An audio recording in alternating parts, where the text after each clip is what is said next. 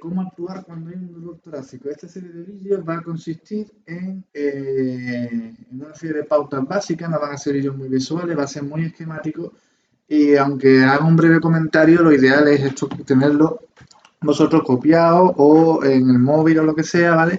Para tener a golpe de vista cómo actuar frente a un perfil cardíaco o no, contra un dolor torácico, perdón, y sobre todo descartar el perfil del dolor torácico más grave, que es el perfil cardíaco, ¿vale?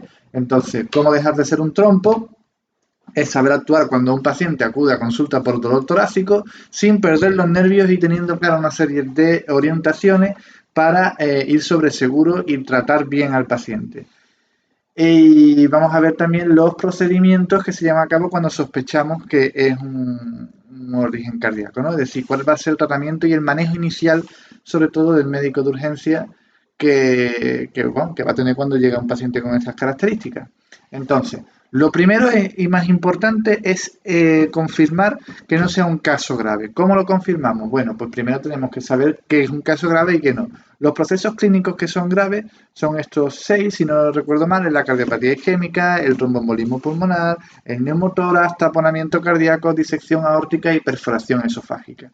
Siempre que tengamos un dolor torácico tenemos que hacer una especie de diagnóstico diferencial rápido de urgencia, ¿vale? Para identificar uno y otro, aunque el más frecuente, grave por lo menos, va a ser siempre la cardiopatía isquémica, aunque no descarta que tenga que haber otros, ¿no? Como por ejemplo, en fin, el neumotórax, tromboembolismo pulmonar, etcétera. Luego tenemos una serie de procesos que no tienen por qué no ser graves, pero sí desde luego que no son tan críticos, como por ejemplo es una pericarditis, una neumonía, el reflujo gastroesofágico, que también puede ir un poco por este tema, ¿no? Es decir, que pueden simular muchas veces unos procesos que tienen más gravedad o que necesitan más atención urgente de ese momento. Bien, ese sería un primer paso. Y el segundo paso, si hemos dicho que lo más grave es que sea de origen cardíaco, tendríamos que confirmar si es de origen cardíaco eso, ¿no? Entonces, ¿cuáles son los procesos que no son de origen cardíaco? Pues bueno, un proceso pulmonar, vascular, digestivo. Y cuando sí es de origen cardíaco, tenemos un proceso que sea o bien isquémico o bien un proceso no isquémico, es decir, relacionado con un síndrome coronario agudo o con una falta de riego sanguíneo al miocito cardíaco. Vale, entonces, lo primero, tener claro una serie de preguntas, de entrevistas, la anamnesis, ¿vale? Para que nos vaya dirigiendo un poco el diagnóstico que luego vamos a confirmar con las pruebas complementarias. El primer motivo de consulta obviamente va a ser el dolor torácico, la cronología, es decir, cuánto tiempo va a durar, si son de 2 a 15 minutos, pero si el dolor está instaurado de 20 minutos o más, es una alta sospecha, es muy sugestivo de infarto agudo de miocardio, pero no solamente es esto, sino vamos a tener que valorar distintas cosas, porque no porque dure 20 minutos o más, vamos a establecer el diagnóstico. Bien, la localización y radiación, esto sí es bastante sugestivo. El dolor cuando es de origen cardíaco es un dolor centrotorácico, como engarra, como si te agarraran por dentro y que tiene de carácter opresivo también y que tiene una irradiación, que creo que lo pongo por aquí, esto es la irradiación, que se va hacia mandíbula, hacia extremidades superiores, más frecuentemente al brazo izquierdo, también a escápulas y hombros, ¿vale? A nivel también epigástrico también puede tener dolor, ¿vale? En el caso de que sea un infarto de cara descendente, ¿de acuerdo? Cuidado porque en la miocarditis no aparece muchas veces este dolor. Luego también hay que valorar la intensidad, aunque este puede ser el factor menos importante, porque no me va a descartar un proceso u otro la intensidad. Simplemente, bueno, puede complementar un poco, pero un dolor que sea leve no necesariamente me va a descartar que sea un infarto o un síndrome coronario agudo, que es lo que estamos buscando, ¿no? Un perfil cardíaco. Bien, factores modificadores, pues todo, si el corazón es lo que está afecto, todo lo que haga trabajar al corazón va a ser un factor modificador va a empeorar el cuadro, ¿verdad? Sin embargo, todo lo que sea reposo, todo lo que sea una mejor distribución de ese oxígeno, pues va a mejorar, es decir, el reposo, la tranquilidad, todo este tipo de cosas, pues que gestionan mejor el oxígeno, que no tienen tanto consumo de oxígeno por parte del miocito cardíaco y por lo tanto, bueno, va a suponer menos estrés, menos trabajo para estas células, pues vamos a tener a nivel macroscópico, a nivel fenotípico, si queréis, una mejora clínica sintomática. Los síntomas asociados más habituales, más comunes, son el cortejo vegetativo, pero también puede ir acompañado por disnea y síntomas de una insuficiencia cardíaca de una instauración rápida, ¿vale? O empeoramiento de una insuficiencia cardíaca que ya estaba presente.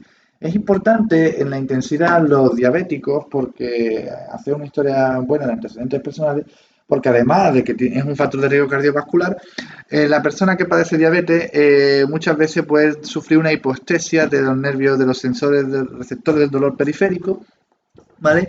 Y no percibir con tanta intensidad el dolor, sino que predominan más otros síntomas. Sin embargo, está sufriendo un síndrome coronario o algún problema de corazón que tendríamos que investigar. Vale. Como ya hemos dicho, la amnesia dirigida, factores de riesgo cardiovascular, antecedentes, etcétera. Importante, un simpático, preguntar si ha habido un cuadro febril o pseudogripal, porque muchas miocarditis empiezan después de este cuadro. Bien, dolor torácico de origen cardíaco. En un caso clínico, un caso típico, un varón de 67 años, fumador. Esta puede ser una historia perfectamente de un servicio de urgencias extrahospitalarias, ¿vale?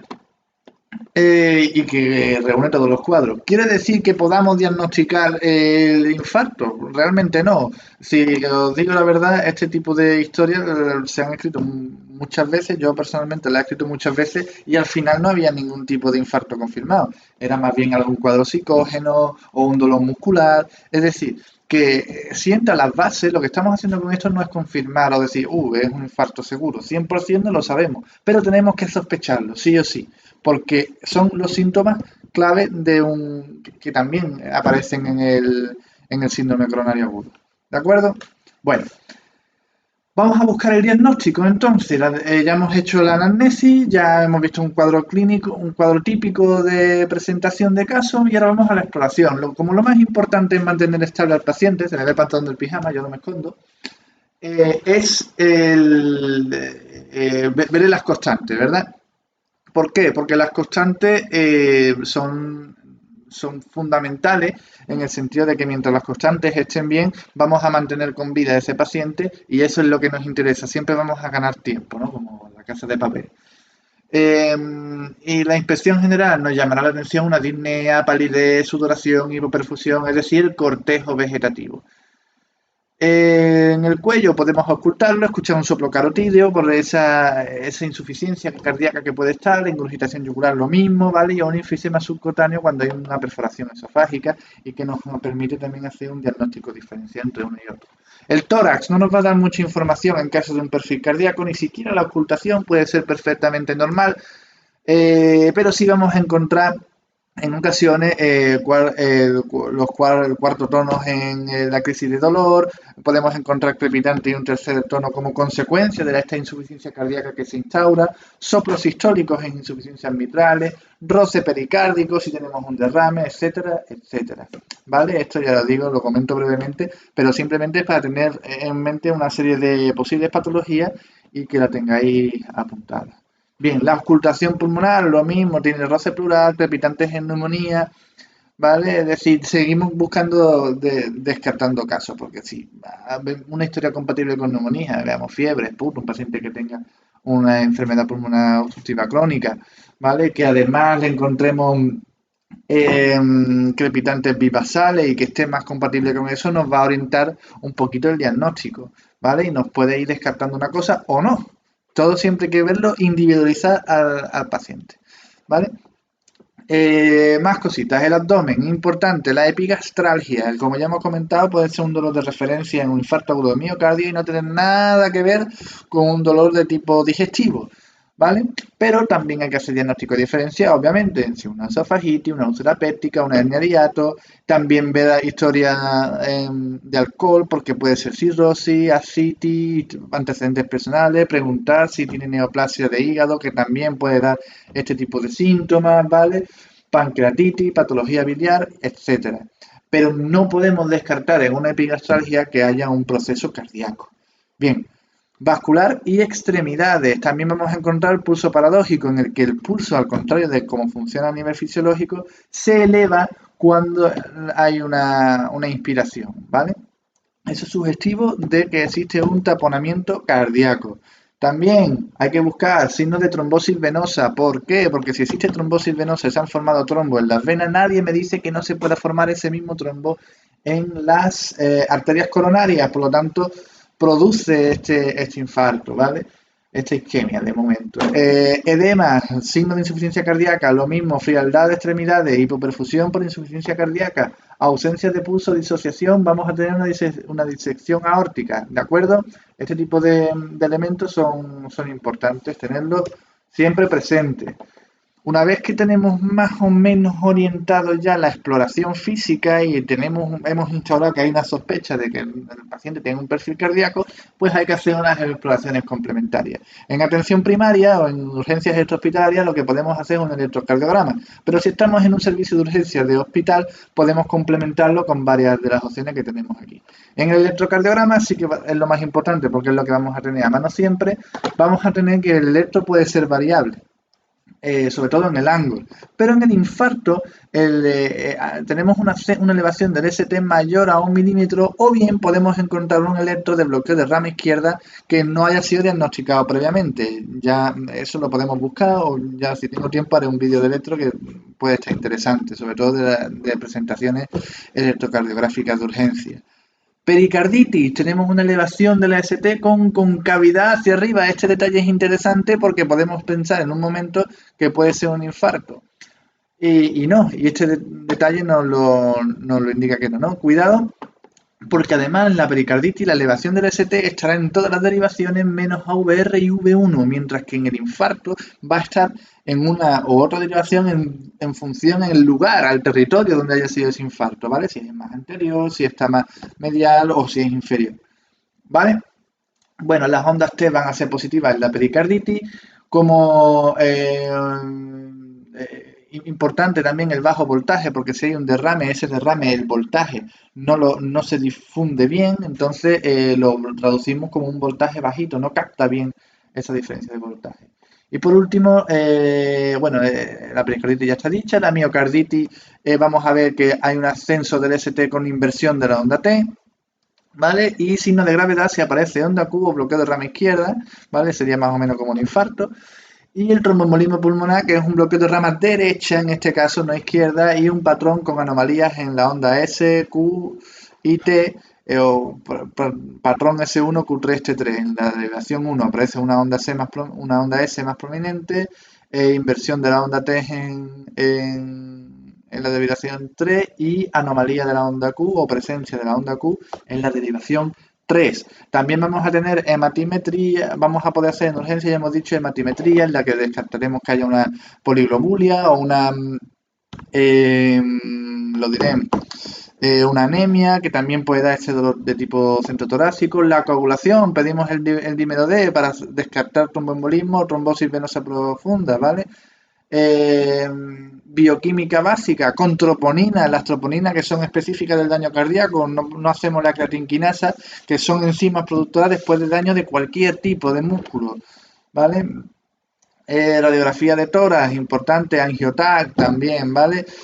Lo que pasa es que la radiografía de tórax puede ser normal, así que nos vamos a fijar simplemente en dos elementos, nos va a ser bastante útil. Si hay cardiomegalia, que es un signo de insuficiencia cardíaca, pero a largo plazo, pero si aparece en tiendas de campaña nos puede indicar que hay un derrame pericárdico. Y la calcificación del botón aórtico nos puede indicar también que hay una disección de la arteria aorta. El angiotac pulmonar, si tengo mucha sospecha de que sea un tromboembolismo pulmonar.